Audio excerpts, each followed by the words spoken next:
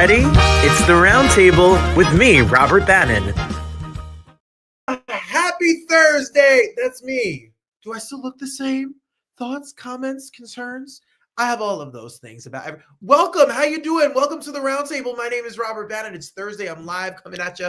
Love coming at you from Detroit, Michigan. I was like, where do I live? Where do I live again? Hi, Detroit, Michigan, coming to you from all over the world. I'm excited for you to be here. It's a very special 170th week. I don't think 170 weeks is accurate. It's more than 170. We're about to celebrate 4 years since the Roundtable existed, and I can't wait for that show because then I'm going to tally up how many guests have been here, but I'm so grateful that you're here. We did over 52,000 views last week across all of our platforms. You know, the Roundtable is not only here on YouTube, Facebook, but on and social media, but also on Broadway World, Broadway Podcast Network, iHeart, and Spotify. So thanks if you're brand new to being here. What up? I'm Robert Bannon, and thanks for being here. Hi, everybody. I look the same. Deidre says I look the same. God bless you, girl. That's my cousin, Deidre. Hi, Mom. How you doing? My mom is here. Aunt Fran is here. Latte's got off early. Happy birthday to Danny. Happy birthday to Danny. Happy birthday to lots of latte son Danny. Happy birthday to Danny. Hey, hey, hey, hey. Very excited for him. He's Sister Sweetie. And I'm very excited that I'm here with you all. And hello, Mr. Mantic. Mr. Mantic is here. We've recruited Mr. Mark Mantic and his wife, Yvonne, who I work with, who scares me when people I work with watch this because they see the other side to my personality in life. Gulp. And I'm so excited that he has been watching every Thursday. Oh, God. Hi, Christine. Happy Thursday. Hello, Robert. Hello to the Roundtable as we are going to church tonight with Faith Evans and Freddie Jackson. I had the chance to talk to Faith Evans on the phone about her amazing organization called Ryder's Room and the incredible Freddie Jackson. He's out here still singing and still providing love and joy, even fighting kidney disease. And we can't wait to talk to him. It was a special chat for sure. Are you ready? Mandatory homework. Homework. Hot take. Here we go. It's smoking. Do you give out trick-or-treating candy? And what do you give? Because, you know, some people don't give anything. Like, are you like turn the lights off and like pretend you're not home? Or are you someone who gives out like a full bar? Remember those people who used to give like 5 pennies? There were people that used to give 5 pennies. Please don't give me no 5 pennies if I come to your house. Like, do you give out a big king size? Are you going to the Costco? Or are you going to like the Dollar General? You get a little, what's those? Remember those little Pezzy thing, the little circles? Sweeties? What are they called? I don't know. But Google, tell me, people. Do you give out candy or do you hide? Or maybe you think it's like a pagan, you know, like a devil's holiday. I don't know. I'm not here to judge you. I'm just here to tell you. And I'll tell you my answer. Here is, oh, my moms. Oh, God. Not both moms. Oh, no.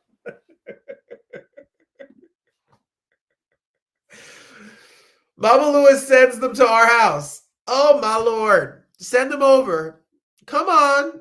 Come on over. I got something. I'm sure we got a granola bar or something around here. A can of cranberry sauce.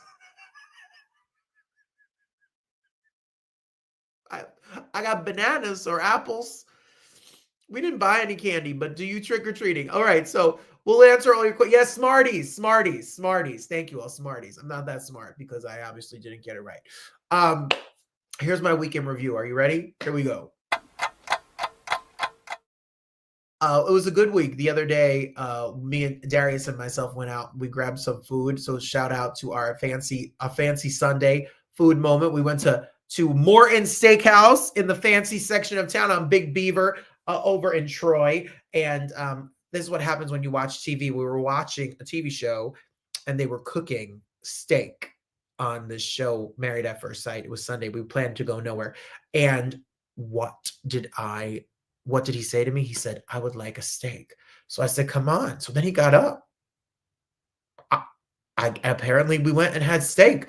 So I ate the Chilean sea bass, the fish over here, and he ate the steak over here. And that is allegedly alcohol. I'm not going to say it is or isn't, allegedly. And we had a lovely time. I had not been to this Morton's out here, and it was really nice. And I also discovered when Mama Lewis was over, she was doing Darius's hair, and I went to go see David Archuleta. So much fun to see David Archuleta over there. David was not feeling great, and so he was a little under the weather that day, but he did still have time to take a picture with me and say, hey, hey, hey. And his fans were out and about, and he sold out a show over at a place called El Club in Detroit. And while I was there at the El Club, and he has a book coming out next year. While I was there, I happened to come across, when I was going to get Mexican food, the Mexican Town Cafe Bakery. Oh my goodness. My. Did I enjoy these treats? And my pants maybe didn't enjoy these treats, but I loved them. They were delicious. We're eating well. We are. Just keep on eating. But look, I still fit in his clothes. I mean, this is his shirt. I said that this shirt makes me look like those Dixie cups that you have on the bathroom, sink. The bathroom sink that used to have those little paper cups that had the little flower twirl around them. This is the Dixie cup shirt. He laid it out for me this morning. Yep. Because he said that me being a white person, I just roll out of bed and go to work. So he needs me to look acceptable. So I loved it. It was very fun. It was a very fun weekend. We also went to a birthday party, and speaking of wearing his clothes, he lent me his big bell-bottomy pants. See them? Come on, fashion. I don't normally wear all that fashion together. So it was a good week. It's been a very long work week this week. It's been a very long work week. So teachers out here, fight the good fight through October and November until we get to Thanksgiving break. But we're gonna get there, and I'm so excited that you're all here. Freddie Jackson is going to be here, and Faith Evans is going to be here as well, like I said. And next week, Il Divo is going to be here. Well, I should tell you about that in my shameless plug, shouldn't I? Isn't that how this show goes? I think that's how this show goes. What is my shameless plug? Hit it. 'Cause I'm shameless. Oh. Tomorrow, the writer of the brand new Broadway musical Queen of Versailles will be here. That's right. Queen of Versailles, starring Kristen Chenoweth, is coming to Broadway. It's on previews right now on Broadway. And I had the Lindsay Ferrantino is going to be here tomorrow on Broadway World. So we're looking forward to that. There's episodes up every single day, always over on the Broadway Podcast Network, including stuff that you don't hear, including stuff that you maybe don't see on YouTube. They're all on YouTube as well. So if you're watching us on YouTube, make sure you like, comment, and subscribe here on YouTube. And next week, we'll have Il Divo, who is on tour, celebrating 20 years. We have one of the members of Il Divo, the guy that's over, this guy over here. Where's my finger? That guy right over there. He's going to be here right there. And they're on tour. And then the incredible Miss Melba Moore. Melba Moore is a Tony winner, a Grammy nominee, disco legend, R&B queen, and Melba Moore will be here. Melba has been on my show. This is our third time. We're old Jersey friends. That's my homie. So Melba Moore joins us as well next week. Super duper fun. And Donna Lawrence and LaShawn Mitchell and Lavon Mitchell and Billy Joel tribute, and so much show is coming up. So don't miss a minute of the Roundtable. Let me tell you a little bit more about my Detroit moment, because it's a trip. You better lose yourself in the music the moment you own it. What up, though? So I went for the cancer walk. Auntie Maureen and her daughters, Deidre, Dia, and Samantha. I don't know if Deidre's still here. Last Saturday at very early in the morning, at like 8 o'clock in the morning, we met and took a tram car, shuttle bus over to the breast cancer walk. Auntie Maureen is a survivor of breast cancer, and it was wonderful to see all the pink. And it was really nice to see Detroit out and about. Here's me and the ladies. and Auntie Maureen over there. There's there's Deidre, Samantha, Dia, and Auntie Maureen. Here's me and Auntie Maureen. They gave me little pink glasses. There were double the amount of people. They thought it was going to be 2,500 people, and over 5,000 people showed up as we honor breast cancer survivors in October, which is Breast Cancer Awareness Month. And as we turned the bend, I can say this now, I think, because I live here. As we turned the bend to do the last half mile, you go through these townhouses on the west side of Detroit by the brand new renovated train station. Ford renovated the Ford train station, and it was just announced yesterday that by 2029, there's going to be trains that go to Toronto and Quebec and coming from the train station. They redid the train station. So as we turn it, there's townhomes.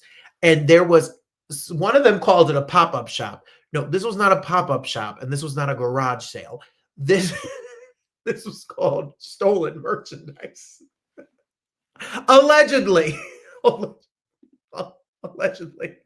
They had Nike sneakers and plates and glasses and cups. And people are dressed in their pink to do the breast cancer walk. And here's Auntie Maureen grabbing sneakers that she wanted to see how much they were. On the breast cancer walk, I said, "Sir, where are you going to hold them? You got to walk another mile out these." It was the funny. Maybe you had to be there. Maybe that's really funny. But for me, that was the funniest thing that they were like, "Oh, 4,000 people are walking past our house today. Let's start selling stuff out." It is so wrong, but it's true. So I loved this moment. It was such a trip. It made me laugh so very much so hard. So shout out to all the 4,000 people who got up and did the walk, and they raised a whole bunch of money. And if you know people who survived breast cancer this month, or it's important that you get your mammograms, go to the doctor, stay on top of everything, and support people who are going through it. God bless them, and may God shine their light of healing and light onto all of them. We all need to be really kind and supportive to our friends and family members who are going through things, because we would want them to do the same to us. So it's time for my favorite. It's time for my favorite thing. Here we go. You get a car! You get a car! You get a car! You get a car! Well, I never changed the year, but now it's going to be 2026. So I'm not changing the year. My favorite thing is my mother, Rose, who's watching us right now from Jersey. And if you're just watching, hey, A's alive. She hasn't talked to me all day. She's working. She's a working lady. Look, she got a dog. She has to take the dog to the vet. She's got things going on. And this is a good question for Adrian. Adrian will enjoy it. Do you give out candy for trick-or-treaters, and what do you give? She's going to say full-size bars. I know it already. So my grandmother, who passed away this month, is hello, Joycey. How you doing? Hello, Darius. There he is, Darius. He's here. Oh my goodness. It is Chewy's birthday. Chewy is 5, everybody. Happy birthday to you, Chew. Chewy, the doggy, is 5 years old and just recovered from surgery. So we're excited that you're here. Darius says, hope all is well with every single person here. Joyce, I miss you, sister. I miss you. I just said to Darius, I need to see Joyce and Tita. I need to see you. It's been like 572 years, girl. I miss you. So my favorite thing is my grandmother passed away. And in the house, there was this picture that hung up for all these years of the Dunes Hotel in Las Vegas. So my grandma and my grandpa, Mike and Virginia, they drove cross country with my Uncle Frank and my Aunt Connie. And my grandmother kept notes of this trip in a notebook. And she had these her whole entire life. She had these notes. And I would love to go over when I was a kid. And she kept the programs from the shows she saw. It was a very special trip. So one of the things they drove to Vegas and then left their car there, shipped their car back, and flew back. They didn't drive back. Maybe that's what I need to do when I go to New Jersey. Drive to Jersey and then fly back. So hanging up for all those years since she went was a picture of the Dunes Hotel, which no longer exists in Vegas. And the Dunes Hotel was knocked down, but she had this picture at Dunes Hotel. And back in the 1970s, they were able to put their name it looked like on the marquee of the hotel. So I really wanted it. Like I really wanted it because my grandmother is really credited for being the first person who really taught me about old school music, Sinatra and Liza and Sammy and Dean and Tony Bennett and Elvis and all of that stuff. She really loved music and art and entertainment. So the other day, my mom says to me that she had sent me a package for my birthday, and she sent me my birthday card. And hi, Marie, how you doing, friend? So good to see you. Thanks for joining us. So, can't look at Adrian. The question of the day is: do you give out candy, and what do you give? And oh God, I think Deidre's laughing because she saw us talking about giving stuff away on the side of the road, buying stuff on the side of the road. So the box comes. And my mom sends me my birthday gift, and then she sends me mom stuff, back things that I like: almonds, popcorn, pistachio nuts, gum, M&Ms, like all the rose stuff. And then there's a giant box, and my mom shipped me. She shipped me the Dunes piece from my grandma, and you see it. It says Mike and Virgie DiMeglio, and it's something that hung there for all these years. And you could have all the gold and all the diamonds in the world, but something sentimental that meant something to her, make sure to give it a good home. I one day hope to have like a finished basement. Like I hope like a finished basement, like movie room or like a family room, lounge room. And I always want to honor my grandparents because without them working as hard as they did, and my mom and my dad and my Aunt Fran who's watching and everybody in my family who out here works so hard to give me the life that I get to have, the life that I live. So I'm always so grateful to them. And, you know, my grandfather came here as an illegal immigrant, an undocumented immigrant, I think you would say now, from Italy. He came here speaking no English. He met my grandmother, and they had those four kids, and then they have 10 grandkids, and all of us then the great grandkids. So it means so much to me. So it's a good remembrance of where I come from, and anything is possible. Anything is possible with God's grace. And a little bit of love and luck and hard work, you can do anything. So thank you for listening to that. I love this. It is priceless. It is priceless. It means a lot to me. And I mean, they could send me lots of money too and jewelry. I mean, I'm not going to say no. I'm just saying. And thanks, Mom. And Adrian says, Deidre, hey girl, hey, miss you. Hey, come out to Detroit. Or Deidre, come to Jersey. Let's go. What is going on with my hair? I'm speaking of Elvis. 1 for the money, 2 for the... I got to keep going because this is a long show. And finally, my hey friend, hey. Here we go. Where is it? I'll be there for you. How you doing? So, you know, I work at Detroit Lions Academy, and a new friend of mine at Detroit Lions Academy is a coworker of mine's daughter. And she asked me if I would go to a concert with her. She's 19. And I went to a concert of someone I didn't even know them. Her name was Tate McRae. So shout out to you. Shout out. Sorry. It was so much fun to go be with the young people, all my new young friends. Look at, this is the concert. And now I don't know Tate McRae, okay? And so here's the crowd, and everyone there we are, was all me looking young. We went to Little Caesars Arena, and all you heard was that screaming. Like, all you heard was that screaming. She came out. This is what I learned. She wears no clothes. She lip syncs everything. She is very entertaining and a very good dancer. Young girls also like to wear no clothes. Cheetah print is apparently very popular. And they all want a $50 t-shirt. They all spend lots of money on a $50 t-shirt. And I also learned that I can still dance. I mean, I am giving young here. I am a youngster. And she did a great job. It was a very, very entertaining, well thought out, great show. Eight dancers, sold out. Lots of t-shirts sold. Kendall, you kept me young, girl. I tried to keep up with it. I really tried. Oh, look at all this. Deidre's here.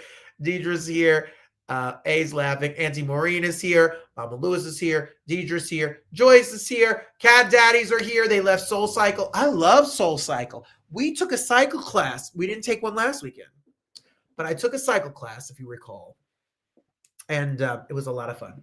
So before we go on, be young, do something wild and fun and crazy. I don't know. Go out and live your best life. But wear clothes, girls. These girls all are in cheetah booty pants. Put some clothes. If I had a daughter and she got out of this house and she was dressed in booty pants, I don't care if she's 62 years old. Put some pants on. My Lord. We talked about you, Auntie Maureen. We did. We talked about breast cancer walk and being a survivor, and that was for you. Oh my gosh, Donnie. Hey girl, hey. We love my friend Donnie out in Jersey. She's an incredible actor and educator out there, and I love and miss you. Mwah. So much love. It's good to see you. What did you all say is your hot take? What do you give? Did you give candy? Oh, Cat Daddies, do you give out candy? And what do you give? Do you give out Halloween candy? I know the Cat Daddies live out there in Jersey City. While I'm talking, next week Melba Moore is here. And Melba Moore was in our pre-show. So if you have Instagram, join us at 6:30 every single Thursday. It's when I tell the stories that I don't tell on here. And I sometimes give a little gossip and tea. And sometimes celebrities pop in. Like today, Melba Moore came in and she said hey to everybody. And we talked about Fighting Temptations because she was in that movie with Beyonce and Faith Evans. And Faith Evans is on the show tonight. So we kiki it up on Instagram at 6:30. And then we do the show at 7. Today, Freddie Jackson is here. And then Faith Evans and me had a phone call.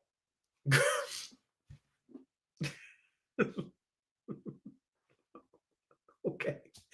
Cat Daddy say I don't give out candy and my parents turned off the lights because they're afraid of being robbed.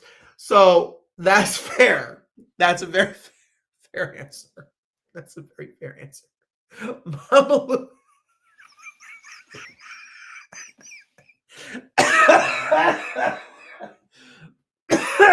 Mama Lewis said Joyce gives out condoms. Sister Joyce.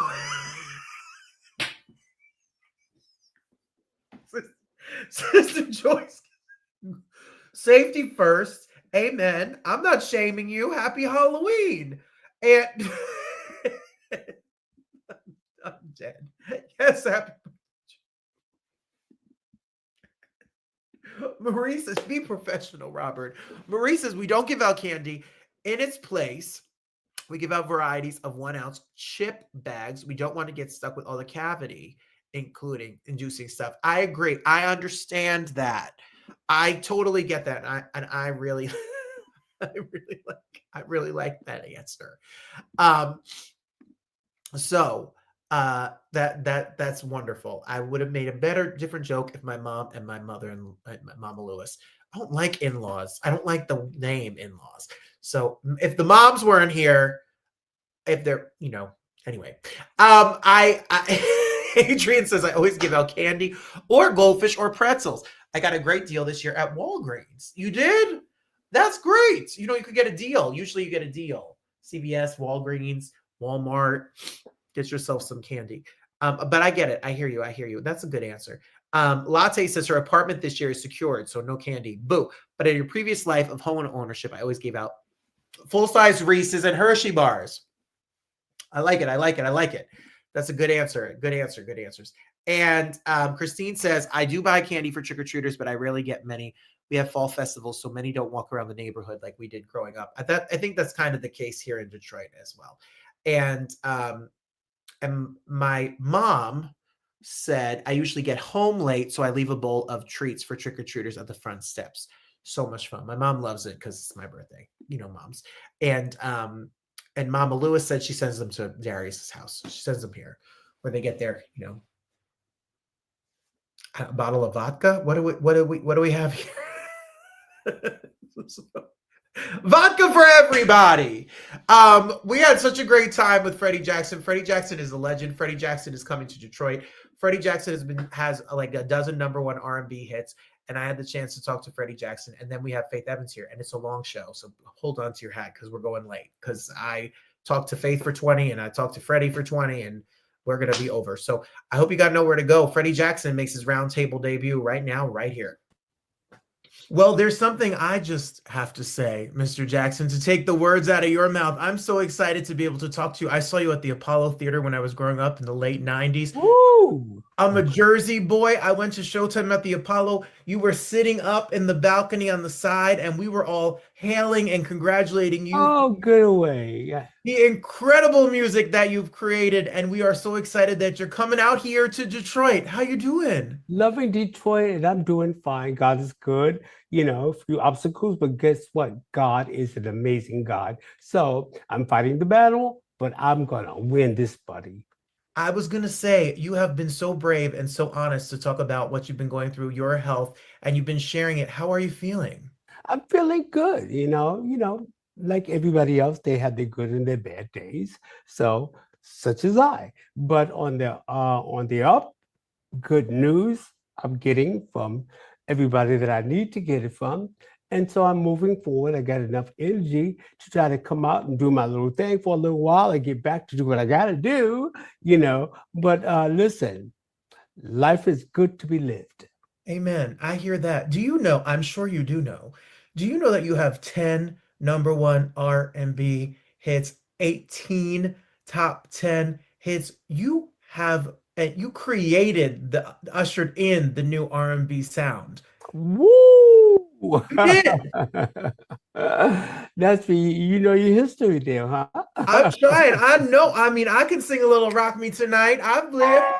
For old time's sake, yeah.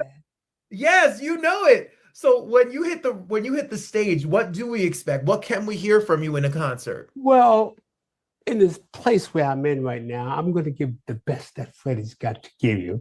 I'm not 23 old Freddie. Okay, so we don't expect those 23-year-old riffs. Okay, I'll be singing all the melody, but I'll be singing the songs and enjoying them.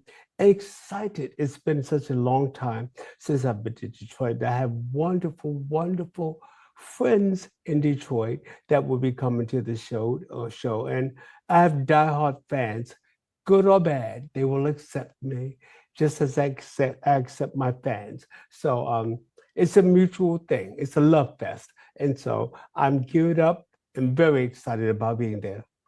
October 25th at 8 o'clock. You can go to Ticketmaster. You can go to the Detroit Music Hall's website and you could get your tickets. And you're bringing a pretty impressive, fabulous, amazing friend with you on stage, But of course, the incomparable Miss Regina Bell. my dear, we've been working together for I don't know how long.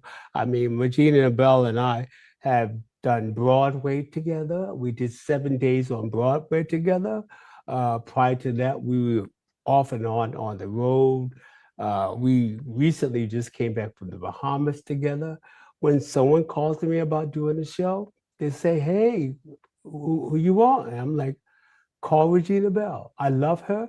And plus, she puts down a mean prayer. So I call her my bell. That's my bell. And so I'm looking so forward to seeing her. Well, I don't know if you've seen the ticket sales, but there are not that many seats left. Like we have a couple weeks left to go, and when you look at the ticket sales, there are not a lot of seats left. The tickets are going. So if you're listening to our voice right now and you want to make that perfect special date night, bring your loved one, go downtown Detroit, you get some good food, you get a nice fancy growing drink, and then you come find your seat. You better get a ticket. It's gonna be sold out. We're going to be there with our hearts all up in it. And so that's the most important part, that we're putting our hearts into what we do. A lot of people go out and they just go through the motions. But I know Regina and we put our hearts into what we do. You know, you talked about prayer and knowing about you. You grew up in Harlem. Speaking of the Apollo, you're a Yes. Harlem native. You're a son, a esteemed son of the legendary people that have grown up in Harlem. How important, you grew up in the church. So how important is faith getting you through all these years in this business? Faith, especially now, is my healer. It's what I depend on. It's like my engine. Without faith, what do you have? So I keep that, and I'm very blessed to have a good group of people that keep me on track with my prayer and with my faith, with my energy. starting at 5 o'clock in the morning, each morning, I get calls and worship from people who are just so ultimately in my corner. And I am truly blessed. There is a God, and God is the ultimate doctor, and He is the healer. And so I don't give up on what God is doing. You have to be strong. You have to believe. You have to be steadfast in what it is that you're asking about. So I don't keep bothering God with what He knows that I need. I put it in His hands, and He slowly just shows me the results. And it's working. So I'm in the hands of the most powerful man that we can imagine. Well, amen to that. I feel that within my spirit and my soul. And I know that my family out here, look, my in-laws are pastors. So we are going to be Yeah. praying and showing love. And I may have to take them out for a little secular night out on the town. They, Well, let them know that God will be in it. No, we're talking about a kind of another kind of love, but God is love in all things that you do. I get it. So come Saturday night, hang out with us, and then Sunday morning, get your little selves into church. Get right, like I used to go out and party on Saturdays, and when I got in, my mother would said, "Had a good time." I was like, she's like, I was like, "Yeah." She says, "All right, well, get ready. You're going to church." I used to sleep on the choir stand, but You know, Freddie Jackson, you don't age. You don't age ever, never. you better say what you saying there. You don't age. He doesn't age everybody. He is like, it is the truth. Is it true that you got started? We've had Miss Melba Moore here on this show. Yeah. She's actually popping in next week. She's got a new single, new book. Yes, she does. You started singing with her? Started singing background for Melba Moore, and she took me on the road. And then through her company, I got a deal with Capitol Records, and it's been on and on and on. Our relationship is it's like fine as wine. I mean, Melba, Freddie, I love her ultimately. She's my mentor. She's taught me such a lot of things in life, spiritually as well, not just show business. And I'm good friends with her entire family. And the word love is not big enough. Mm. I oh, I love that. While we're talking about Melba and Freddie, we would be remiss if you're listening to all the Freddie hits when you're coming to see the show. You gotta make sure you listen to a little bit more, which is Just a little bit more. oh, they both can sing. And Melba and Fred, she could hold a note like nobody's business. Oh my Oh goodness, I used to sing background for her, and when she used to hit those notes, I used to say, "Oh gosh, she's gonna kill herself." So with 19 number one top 10 hits and 10 number one hits, how do you pick the songs that you sing in your I concert? sing as many as I can, especially right now. But I sing as many as I can. I mean, my God, I'll be singing till Jesus come if I sing. That's what I'm saying. You have all of the hits. Do you still love to listen to new music, and do you still like listen to the radio, and is R&B out here, and there's people that look I saw you get awarded, Avery Wilson and all these people singing your music. Oh, Avery is such a special artist. He performed at an award show, and they were honoring me, and he was one of the acts. Avery, and Tony Terry, and Tevin Kevin Campbell. Campbell. Yes, Yes. and they did such a fabulous job. And I mean, I was just thrilled to hear somebody singing my songs. Sometimes I want to tell myself to shut up, and just allow other people to enjoy singing them. And that's an honor, that really is an honor. And to sing it is fine, as all three of those gentlemen did it. I stood up, I gave them a standing ovation, and thanked them backstage. What an honor. I mean, nobody deserves it more. I mean it. When I vividly remember graduating high school, going to see the taping, and the way that New York City music fans, the Apollo legend that you are, the flowers that you are owed and deserve for a Oh lifetime. God, thank you. of work and music. There are little babies around here because of Freddie Jackson's voice. You what? I've met a few. This is your taste. This is a tasty little baby. Yeah. Don't put Nice and Slow on because you're gonna have a baby. I got Do Me Again, babies, and I can use a little love right now, babies. You know, I got Janae, babies, Janae, and oh God, this baby was named after that song, Janae. Say hello to your daddy. Well, listen, if you come to the concert, everybody, enter at your own risk. You might just have 9 months later, there might be another Freddie Jackson baby out here. It has happened. When you hit the road, you've been with these people, your band and your crew have been with you. What's it like to be on the road with them? Oh, it's a family at this point. It's over 10 years. So a bunch of loyal musicians, not just on the road, but off the road. So I'm truly blessed to have an organization that I have. So as excited as I am about coming, they are at the airport now.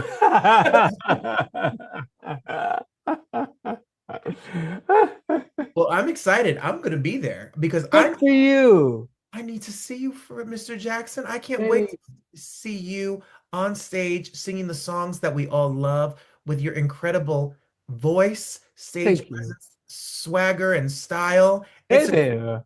It's a grown evening of music that is timeless. Oh, how sweet you are, sir. Thank you. I'm looking for, you say you have good memories of Detroit. I'm sure you've played here plenty, and I'm sure Detroit loves you. Oh, the Pontchartrain. I mean, my God, what's the restaurant? The hotel with the alligator. What restaurant is that? Oh, I'm gonna. Aretha Franklin used to always put me and my band up in there when she threw a party. She threw a big party, and she had asked me to come as one of her guests. And she put me in this hotel, and downstairs was this hotel with gumbo and fried alligator, and I picked out. You would have thought I was an alligator. I was snapping at everybody. I was. Well, it might be the St. Regis. It might be. I'm going to find out. I'm going to find out the hotel. I know it's downtown. Yes, same. And I know that she loved a hotel. And I know that the theater that you're performing in has a jazz club in the basement named after her. Wow. Her spirit lives throughout the city. And she has amphitheaters and all kinds of stuff as well as she should. Aretha Franklin. When you say Detroit, you say Aretha Franklin. And Aretha Franklin had no intentions of ever leaving Detroit. I mean, my goodness, she wouldn't even take a plane to go anyplace. She was like, I'm not catching no plane, Freddie.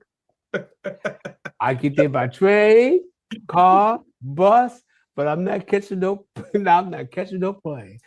Aretha, they were used to offer Aretha millions of dollars to come to Europe. She's like, I ain't. She and her spirit and her energy will be in the room that night because I know how much she loved all the legends. Oh, every time Aretha Franklin would come to New York City, she would call me and invite me to go out to dinner with a bunch of people. And I was so honored. The first time Aretha Franklin called me, I was in the bed and I was asleep. And she says, Freddie Jackson? So I says, yes. She says, this is the Queen. I said, who? Queen who? She said, honey, there's only one Queen. She says, Aretha. I said, who is this? She says, I thought it was a friend playing a joke. She says, it's Aretha Franklin. I said, oh, Miss Franklin, oh my God. She says, well, I'm calling you to invite you to be the guest performing at my party. And would you like that? I said, but of course. And I was there with bells and oh my God, and I got into that suite and it was the biggest bushel of flowers that I've ever seen in my life. And the party was just exquisite. Anything you want to put in your face, you had. Alligator and all. That's the Alligator everything in the whole. She didn't miss anything. A fountain of chocolate and champagne. Oh, God, you just want it for nothing. I remember that party so well. Do you still stay in the East Coast, or you're a New Yorker through and through? I'm in your old neck of the woods in New Jersey. That's my people in New Jersey out You there. see what I'm saying? Fort Lee, New Jersey, right here, right here, right here. Hey, boy, yeah, I hear it in your voice. That's it. I don't care how long you've been there. You still got that Jersey in there. Get my dog and my coffee, and My dog and my coffee, and I'm going to take a walk. take a walk. Open the drawer and my walk. Right, That's right. it. I'm going to the store. They make fun of me out here because they said, "What are you opening?" I said, "A drawer, a drawer, a what? A drawer. It's a drawer. It's a drawer. It's a drawer." That's right. Well, Okay. we're gonna bring all our New York and our New Jersey. And I'm opening the refrigerator. Right, refrigerator. Not refrigerator. No, it's a refrigerator. It's a refrigerator. Yeah. If my dad calls, he'll say, "Yellow." Hey, that's what I'm talking about. Hello. Yo. What's up? We'll be listening to you to get ready for the 25th. I'm excited for you to come to Detroit. If you need a place to crash, you want a Coney dog, you want a Faygo soda, just hit me up, Freddie Jackson. I love Faygo soda. My friends used to come to visit me when I lived in the Poconos. My friend, her name was Ross Desjardins, and she would not come to visit me without those barbecue potato chips. I forgot the name of them, but they're like so good. People used to use them as what's that mascara and stuff like that, over your eyes. The color they so red, and they were so rich in barbecue, and cases of Faygo. Better made potato chips. And that's what I used to drink liquor. So I drink a lot of Faygo and vodka. You're a Detroiter now, Freddie Jackson. Better made potato chip. Look, I got you some barbecue, better made Detroit potato chips, the spicy ones, so that you can, the mascara. Yeah. Mascara, yeah. Because when you get them, it's just all the red, all over your fingers, and not to mention your teeth. Your teeth would just, you just look like the devil. I was so honored and so grateful that you decided to chat with us. We're so excited. We're honoring R&B legends this week. There's no one that's more of an R&B legend than the incredible Freddie Jackson. His music, that's so sweet of you. Thank you. His music is streaming wherever his music is heard. So make sure you listen to all the hits, the old stuff, the new stuff, the good stuff, the everything stuff. And and your music is timeless. What you've done and the contribution you've made to R&B and music as a whole will live forever. Thank you ever so much. And I'll be in Detroit to give you just a little bit more. Yes, that's it. I'm ready. I was in the gym today singing "You Are My Lady." Don't hurt yourself. I'll see you on the Saturday night. I'll be there. See you there. How cute is he? Hey, Freddie. Freddie Jackson is a sweetie. Nice and slow, Marie says. That's a hit. So warm, so loving, such a good guy. He really, "You Are My Lady." I know those songs. Nice and slow, rock with it. But like when you hear him talk and the love and the support that he's had and how grateful he is, makes you love him even more. So I'll be there for sure. And I'm really excited. If he's back in your neck of the woods, we got to send our prayers to Freddie Jackson and make sure he's okay, because I know he's going through a lot with his medical. Very public fight with kidney disease. So make sure we send our loves and add him to our prayers this week for sure. He's a trip. The refrigerator, that's what you think's funny. Open the refrigerator and the drawer. Well, listen, don't make come for Jersey. It's R&B week. And I found this. This is Darius's tambourine. This is serious because this is the double tambourine. Double for R&B week. And I should have had a tambourine to my show. Shake your tambourine and you get yourself a shake your tambourine. So Faith Evans is here. Faith Evans gagged me when she emailed me a couple weeks ago. We talked about it and she sent me her cell phone number. So now me and Faith text. And then she said to me, like, I want to do your show and talk about autism because she knows that I'm a teacher and I run an English department and I have my degree in special ed and blah, blah, blah. So she wants to do the show, but she says, like, I can't get on camera because I have to pick up my son. And I'm the only time I'm with my son. And she takes care of her son. She stopped touring. She stopped recording. She takes care of Ryder, her son. And she started a foundation called Ryder's Room, which is providing autism support. And I said, I don't care, girl. I don't care if you can't get on camera. Just talk to me on the phone. We'll record it. We'll make it something special. Spread the word about Ryder's Room because there's people out here who probably really need. Can I send her contact? You got it. You got it, Cat Daddies. I know Cat Daddies love her. And I loved her. And she's so sweet and very special. And that voice is iconic. And you will never not know it's her when she starts talking. So she's doing incredible work. She's not singing right this moment, but she sure is supporting her son and millions of people with autism. And in the world today, when we're making comments like autism is caused by Tylenol or vaccinations. Oh, it's so important that we provide support to everybody that we possibly can. So Faith Evans makes her Roundtable debut. Well, Roundtable family, you know, it's really exciting. As somebody from New Jersey, my Jersey girl, my Jersey brethren, I love Newark. I love New Jersey so much. And I know, Miss Evans, you're not originally born in New Jersey, but we claim you as our own.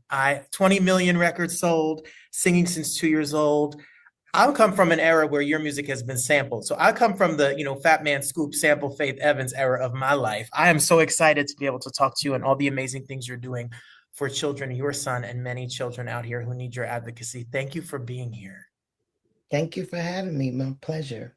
Completely. That we were able to make it happen. We made it happen. And it's amazing to me because all my friends from back in the day, all my friends from today who love hip hop, who love R&B, they said, you really are going to have Faith Evans? Yes, we have the real deal. Miss Faith Evans in the house. Yes, sir. So how did it happen that you became a voice for Ryder's Room and we need your voice more than ever these days? Well, Ryder's 18. He was diagnosed around 2, a little past his 2nd birthday. But there was no testing or anything. I just pretty much begged the pediatrician for a written diagnosis because I knew that something was going on with his language delay. That was the main, red flag for me to know like something's not right. He wasn't meeting those milestones with his language. And so I didn't really form Writer's Room until 2017. I mean, just in earlier times of navigating and trying to figure things out and just sharing my experiences with just family and friends who may not have even been, in this community. A few people like, you should start a foundation. But I'm like, I don't want to just start a foundation to start a foundation. Like I'm still learning. I'm still trying to figure out what specifically my son needs, because it changes, sometimes behaviors come out at different ages. Sometimes they regress in certain areas. Sometimes they make strides in many areas. But I think when I finally decided to found Writer's Room to actually organize it, it was right before the pandemic, but I had been experiencing some issues with the school district and the schools the programs that Ryder was attending. And I saw him being mishandled a couple of times. He was suspended from a school that um, oh my God, I hate when I forget the words that I get it. so well. Oh my God, I hate this. When you, not a rebuttal, but I basically objected the suspension. Yes. Now, I'm not finding the word I'm looking for. And, I won because it's like he's in a class that is an autism class. The teacher was obviously not accredited. And the way they had him like this desk in a triangle, and he was at the end, and he couldn't get up unless he went over or under the desk. He was expressing that he had to use the restroom. Obviously, he couldn't hold it, and he went over or under the desk and bumped into the teacher and went to the restroom.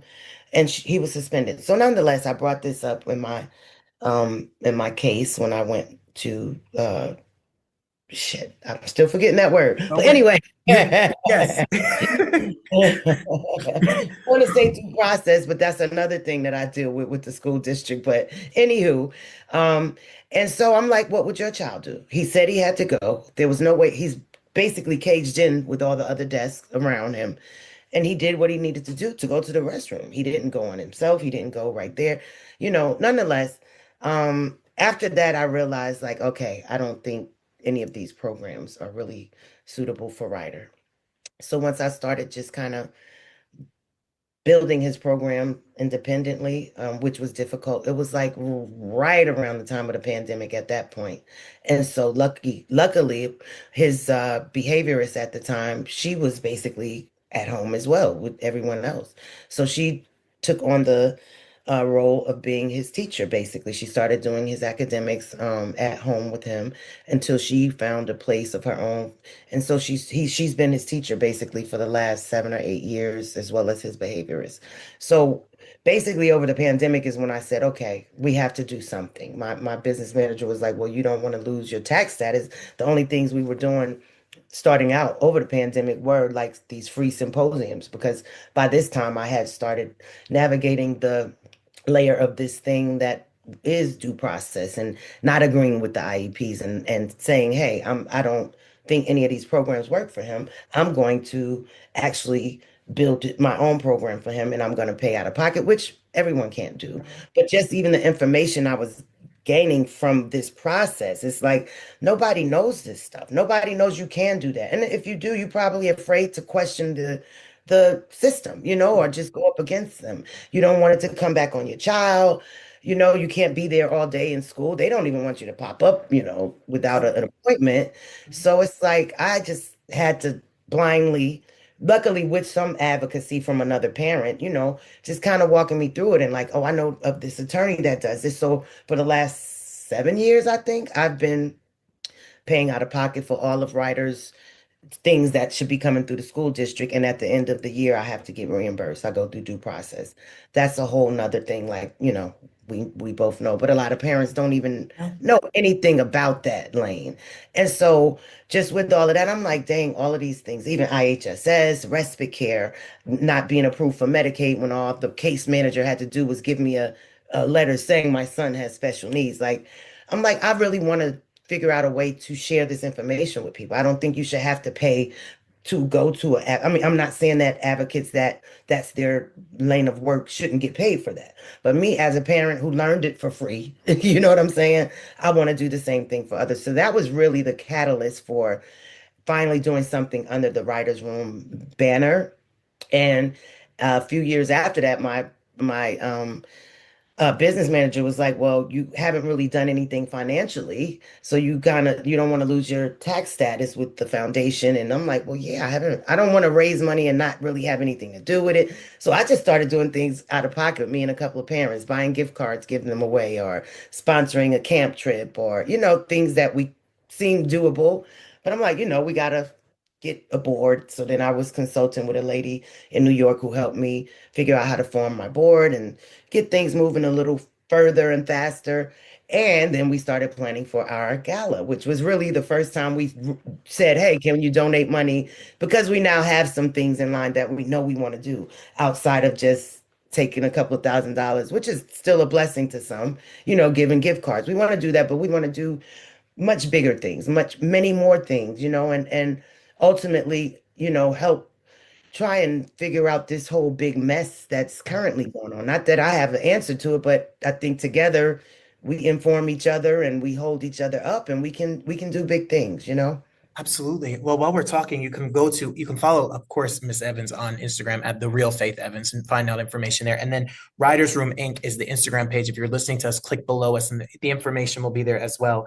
What I loved about it, firstly, shout out to you for the Writers Room Foundation Gala. You had Mike Epps, you had DeBarge, you had MC Light, you had Freeway, you had Little C's, you had Redman. You showed up and out in Newark, New Jersey, everyone. So I'm sure there will be more. And you looked gorgeous in your blue dress. It was a gorgeous, amazing event. The videos and pictures of it looked incredible. we are living in a time where the news is telling us, Washington's telling us, and I see you being an advocate and a voice, and thank God for it, that a lot of misinformation is given out about autism. A lot of it doesn't add, it adds a problem to the stigma. It adds to people the way that they feel about it. What does the average person do? How do we find resources to find good information about this? That is an excellent question and one that many people want the answer to. Mhm. And I can't say that I have all of them Mhm. because I live in California, number one, which we have the Lanham Act, which is basically a legislation, is sort of our civil rights for special needs and disabilities. So, you know, it's supposed to, theoretically, we're supposed to have better services or better access to services and supports in California. Every state doesn't have that legislation. So in other states, I do have friends and even people, board members of Writers Room that are parents of kids on the spectrum or with other disabilities. They don't have a regional center. And in different states, it varies where you would go, whether it be for the service, whether it be for the information. Unfortunately, it's doesn't seem to be an all-in-one, Yeah. there's no handbook. And then when you start Googling, like me, when Ryder was younger and I didn't have a diagnosis, you look, it can become a rabbit hole because you just don't know what your child needs. You don't really know, especially if you don't have a diagnosis. And sometimes even if you do, it changes. It's like it changes. Behaviors change, all of that, like I said. But I think one of the main places that nationwide people will go is the Department of Rehabilitation. That can be a starting point. I can't say that I know they will have all the answers that a parent would need or a caregiver would need, but that is a good place to start if you are in a state that doesn't have other agencies that are specific to um, disability rights and needs and services and supports. That is usually a good place to start. I mean, you may know other agencies and places, where you are, but What appeals process? I just came to me. The appeals process to the that's what it was. I appealed the appeal. suspension. Thank We you. got it. Thank you. Thank you. What has been so frustrating for me, I'm from Jersey. I taught 17 years in Jersey. I'm 2 years here in Detroit working with special ed students in an alternative school right now in Detroit. I just had a friend of mine who was an educator who told me they paid out of pocket $1,250 to get tested by an outside source for their child. They had the means, but I see parents every single day who come into school. They feel overwhelmed by a child study team. They feel overwhelmed by the laws. They don't understand what people are saying to them. And maybe it's easy for people of a certain status, education with certain money in the bank to be able to get support. But there are people out here, everybody, that don't have access to this. And we have a responsibility to be able to provide these services for every student. I'm sure people reach out to you that don't have the means and access that some other people do.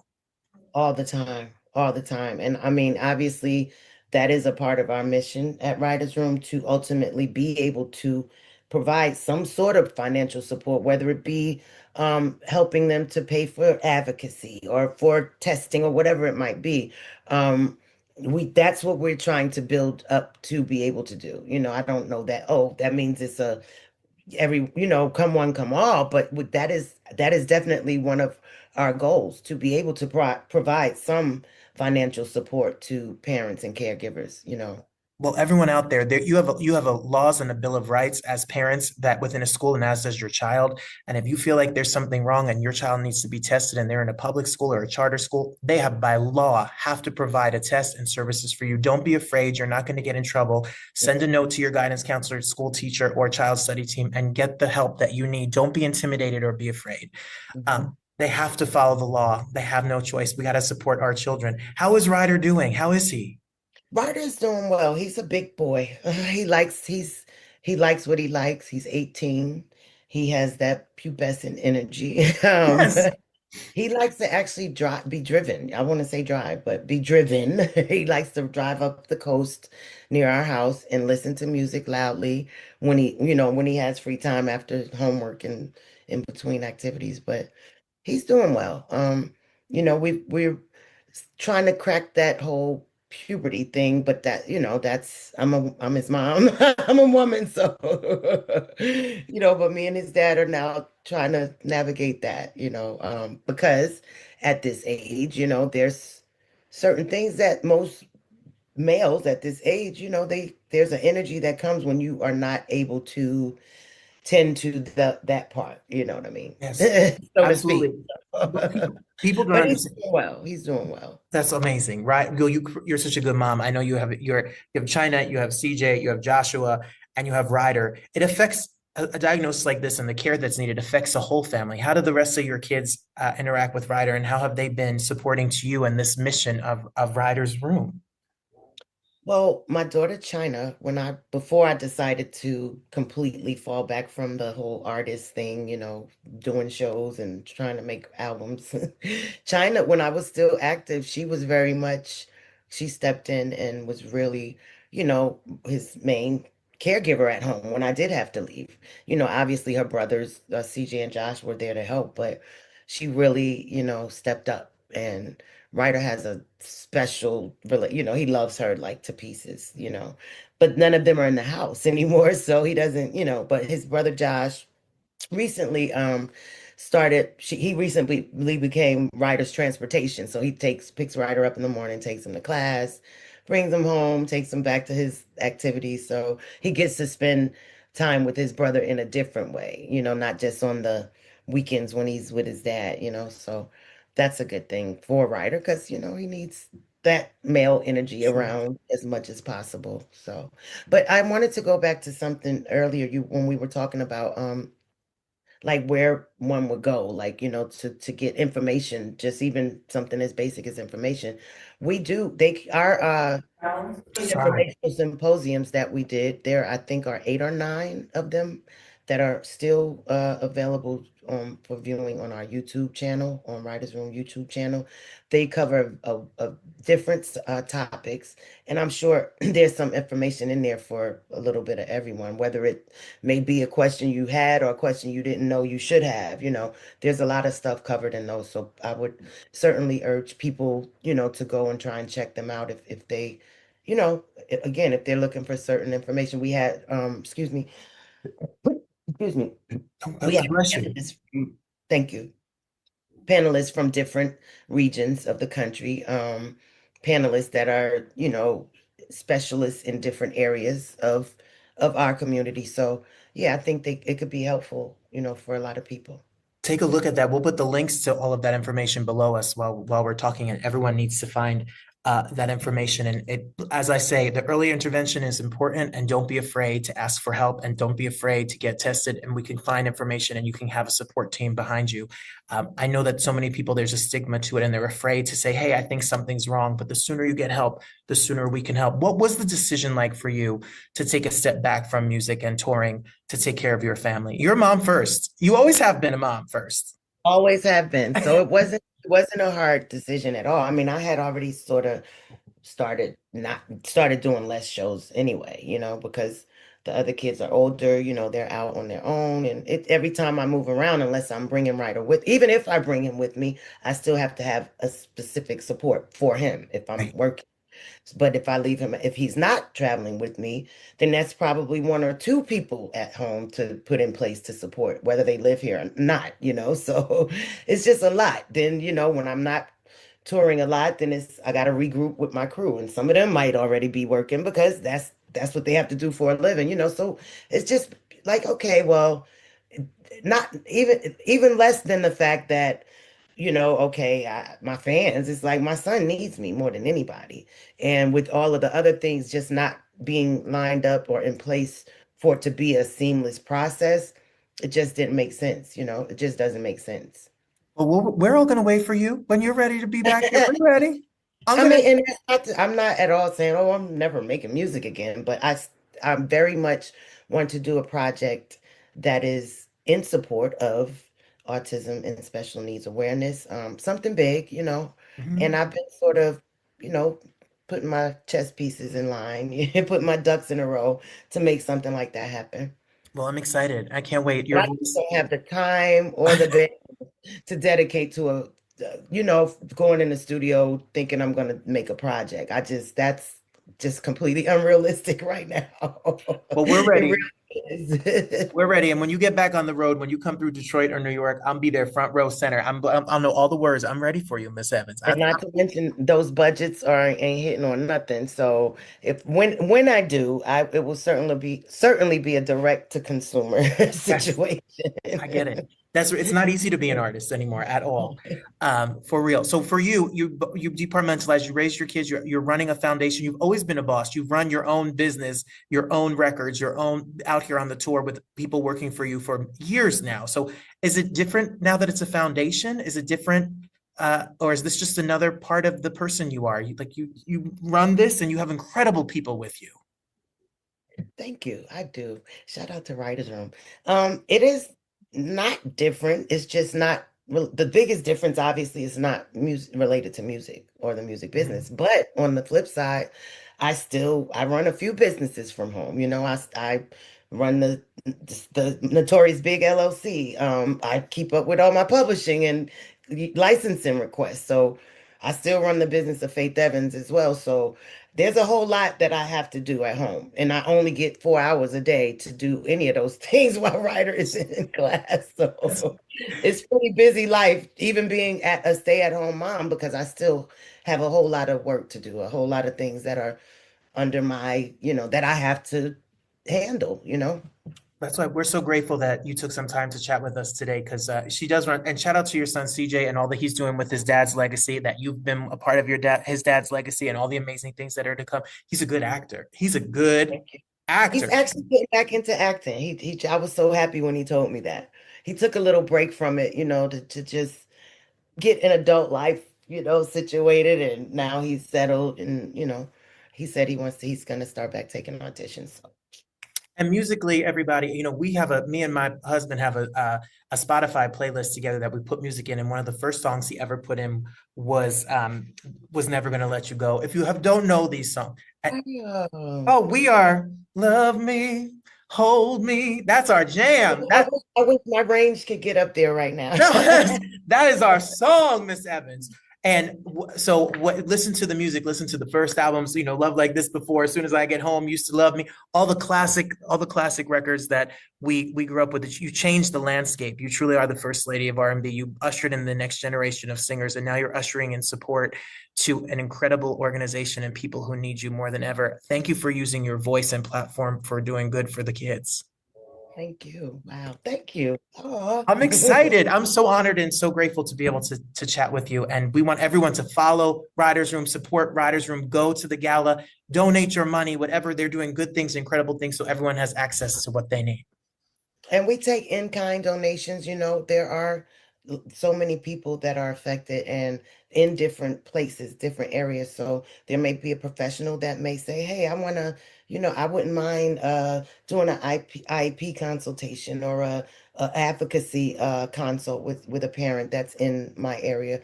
Feel free to reach out and let us know. Oh, that means so much to so many parents out here. We are fans. We support you. My sister-in-law, people were like, you are kidding. Faith, that's my first crush. That's my first record. That's my song. Wow. That's so cool.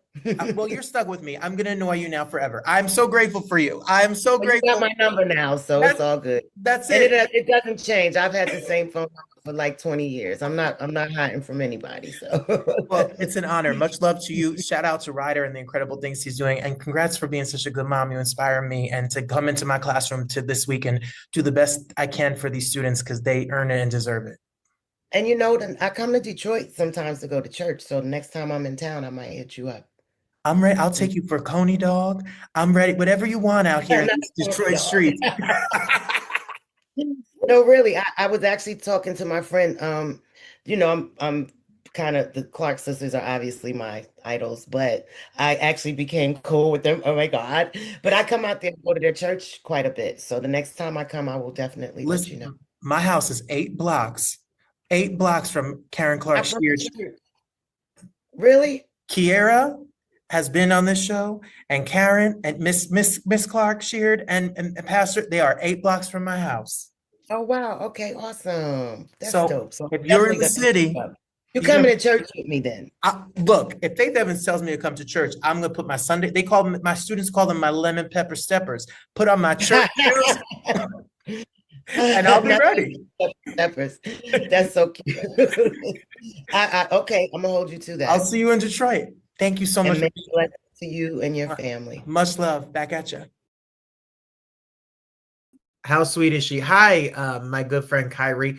Kyrie Thompson, thank you for being here and finding us. It was recorded the other day. She called the other day, and and you know what's funny, Kyrie, is after this chat, all I could think about was I should have asked her about Whitney Houston. I should have asked her about Whitney Houston.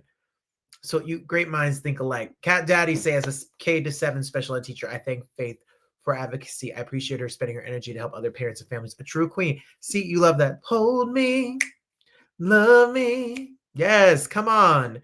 And they love True Love. That's a good song written by one of my favorite R&B songwriters, John Tay Austin. And I love you, and I love like this before. Like, love like this before. Christine says this was a lovely chat with Faith and Freddie. Deep and inspiring chat with Faith. See you next Thursday when the birthday celebrations begin. Scorpio season's around the corner. La, la, la, la, la. Thank you all so much for being here. Spread some love today. I think if Freddie Jackson and Faith Evans taught you one thing tonight, is that love is so important. Love, love, love yourself. Love each other. Love your stranger. Love thy neighbor. And I already put my pajamas on. I'm going to bed. Love the bed. Good night. Thank you all so much for being here. The best is yet to come. There's more love than there is hate. There's more joy than there is sadness. And there's more good than there is bad. Next week, Il Divo and Melba Moore talk about a random mix of love. Thank you for being here. I appreciate you. Till next time. Bye, everybody.